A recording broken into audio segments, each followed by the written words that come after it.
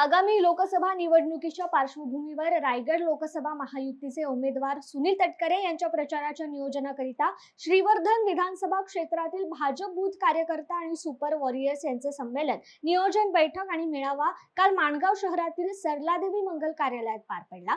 यावेळी या व्यासपीठावर बोलताना आदिती तटकरे म्हणाल्या की खासदार सुनील तटकरे हे केवळ राष्ट्रवादी काँग्रेसचे खासदार नसतील तर महायुतीचे खासदार असतील आणि त्यामुळे पंतप्रधान नरेंद्र मोदी यांचे हात बळकट होणार आहेत। त्यामुळे आपण जात पात धर्म भेद विसरून सुनील तटकरे यांना मतदान करा, शिवाय खासदार सुनील तटकरेच अव्वल मताधिक्य घेऊन निवडून येतील असा विश्वास देखील आदिती तटकरे यांनी व्यक्त केला आहे।